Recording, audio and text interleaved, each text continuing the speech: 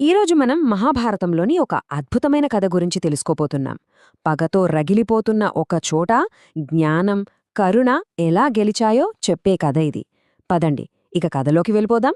ఈ కథ మొదలయ్యేది కురువంశానికి చెందిన చక్రవర్తి జనమేజయుడితో. ఆయన గుండెల్లో ప్రతీకారం అగ్నిలా మండుతోంది. ఎందుకంటే తన తండ్రి చావుకి కారణమైన పాముల జాతి మొత్తాన్ని, అవును, మొత్తం సర్పజాతిని నాశనం చేయాలని నిశ్చయించుకున్నాడు. అంత భయంకరమైన పగని, ఆ ప్రతీకార జ్వాలని ఆపగలిగే శక్తి ఏదైనా ఉందా? అసలు జ్ఞానం అనే నీళ్లు ఆ పగ అనే మంటల్ని చల్లార్చగలవా? ఈ కథ మొత్తం ఈ ఒక్క ప్రశ్న చుట్టూనే తిరుగుతుందన్నమాట. సరే, కథలో మొదటి భాగానికి వచ్చేద్దాం. రాజుగారి ప్రతీకారం ఎంత తీవ్రంగా ఉందో చూద్దాం. జనమేజయుడు తన పగ తీర్చుకోవడానికి ఎంత భయంకరమైన యాగం మొదలుపెట్టాడో తెలుసుకుందాం. ఆ యాగం పేరే సర్పయాగం. పేర్లోనే ఉంది కదా, ఇది మామూలు యాగం కాదు. దీని లక్ష్యం సృష్టి కాదు, సంహారం, వినాశనం. ఎందుకంటే తన తండ్రి పరీక్షిత్తు మహారాజు చావుకు కారణమైన పాముల జాతిని భూమిమీద లేకుండా చెయ్యాలన్నదే జనమేజయుడి శపథం. ఒక్కసారి ఆ దృశ్యాన్ని ఊహించుకోండి. పెద్ద యజ్ఞకుండం మండుతోంది. ఋషులు చదివే శక్తివంతమైన మంత్రాలకి ఎక్కడెక్కడ్నుంచో వేల వేల పాములు గాల్లో తేలుకుంటూ వచ్చి నిస్సహాయంగా ఆ మంటల్లో పడిపోతున్నాయి. ఒక మహావినాశనం. కాని జనమేజయుడి అసలు లక్ష్యం, తండ్రి చావుకు ముఖ్య కారణమైన తక్షకుడు మాత్రం ఇంకా దొరకలేదు. సరిగ్గా ఆ ఉద్రిక్తత తారస్థాయికి చేరినప్పుడు కథలో ఒక ఊహించని మలుపు. ఎవ్వరూ ఊహించని ఒక వ్యక్తి ఆ యాగశాలలోకి అడుగుబెట్టాడు, ఆ వినాశనాన్ని ఆపడానికే వచ్చినట్టుగా. ఆయన పేరే ఆస్తికుడు. చూడ్డానికి ఒక యువఋషి. కాని ఆయన అడుగుపెట్టగానే అక్కడ వాతావరణం మొత్తం మారిపోయింది. ఏదో జరగబోతోందన్న భావన అందరిలో. అసలు ఈ ఆస్తికుడికే ఎందుకంత ప్రాముఖ్యత? ఎందుకంటే ఆయన పుట్టుకే ఒక విశేషం. ఆయన తండ్రి జరత్కారుడు అనే ఒక గొప్ప మహర్షి. తల్లి కూడా జరత్కారు అనే పేరున్న ఒక నాగకన్య. అంటే ఒకవైపు ఋషిరక్తం, మరోవైపు నాగరక్తం. ఈ ప్రత్యేకమైన బంధం వల్లే తన తల్లి తరపు వాళ్లైన పాములను రక్షించే అర్హత, బాధ్యత రెండూ ఆయనకే ఉన్నాయి. అయితే ఆస్తికుడు నేరుగా వెళ్ళి యాగమాపు అని అడగలేదు. బలంతో కాదు, బుర్రతో పనిచేశాడు. పగతో మండిపోతున్న రాజు దగ్గర పని జరగాలంటే ఏం చేయాలో ఆయనకు బాగా తెలుసు. అందుకే ప్రశంసని ఒక అస్త్రంలా ప్రయోగించాడు. ఆయన ప్లాన్ చాలా సింపుల్, కాని చాలా తెలివైంది. ముందు డిమాండుల్లేవు, కేవలం గౌరవం. రాజుని, ఆయన వంశాన్ని, ఆయన చేస్తున్న యాగాన్ని ఆహా ఓహా అని పొగిడాడు. మంచి మాటలతో రాజుగారి కఠినమైన మనసుని కరిగించే ప్రయత్నం చేశాడు. అసలు విషయం చెప్పేలోపు ముందు రాజు మనసు గెలుచుకోవాలి. అదన్మాట ప్లాన్. ఆస్తికుడు చాలా ప్రశాంతమైన స్వరంతో రాజుని ఇలా పొగట్టం మొదలుపెట్టాడు. ఓ చంద్రవంశ కీర్తి పతాకమా, జనమేజయ మహారాజా, మీరు చేస్తున్న ఈ యాగం ఎంత అద్భుతంగా ఉంది. ఇది మీ ఆత్మకోరికలను తీర్చి మీకు సాటిలేని పుణ్యాన్నిస్తుంది. సరే, ఆస్తికుడి పొగడ్తలకే రాజుగారు పడిపోయారా?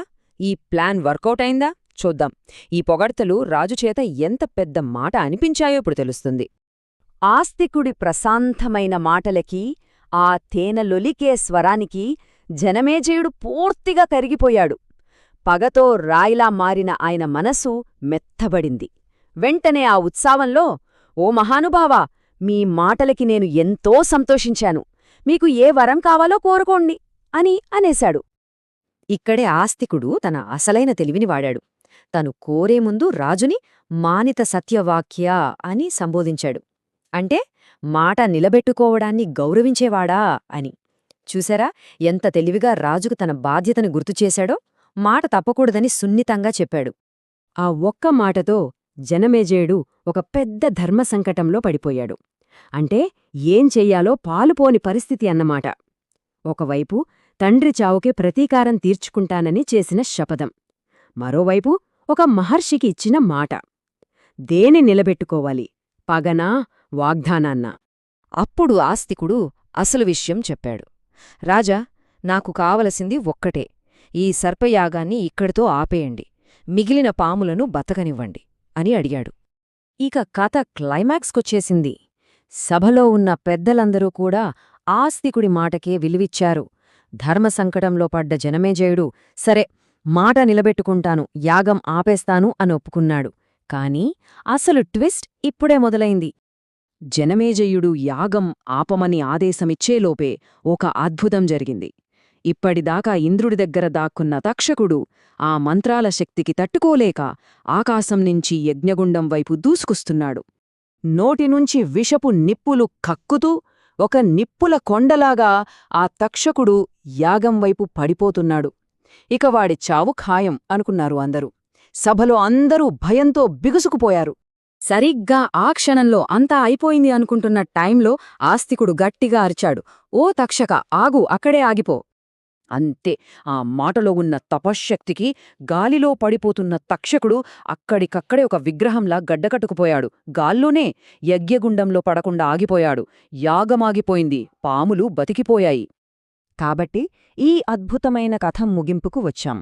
ప్రతీకారమనే మంటలమీద కరుణ అనే నీళ్లు ఎలా గెలిచాయో ఇప్పుడు చూద్దాం. దీని వెనకున్న అసలు నీతి ఏంటో తెలుసుకుందాం. చూశారు కదా, ఇక్కడ రెండు శక్తులు పోటీపడ్డాయి. ఒకవైపు పగ, ప్రతీకారం, వినాశనం. మరోవైపు ఇచ్చిన మాట, క్షమ, కరుణ. చివరికి ఏది గెలిచింది? హింస కాదు, సౌమ్యత గెలిచింది. పగ కాదు, కరుణ గెలిచింది. ఈ కథ చాలా పాతదే కావచ్చు, కాని అది చెప్పే నీతి ఎప్పటికీ కొత్తదే. కొన్ని యుద్ధాలు కత్తితోనో బలంతోనో గెలవలేం. కేవలం సౌమ్యత, తెలివి, దయతో మాత్రమే గెలవగలం. మన జీవితంలో కూడా ఇలాంటి యుద్ధాలు ఎదురవుతూ ఉంటాయి కదా. వాటిని మనం బలంతో గెలవడానికి ప్రయత్నిస్తున్నామా, లేక సౌమ్యతతో గెలవాలా? ఒక్కసారి ఆలోచించండి.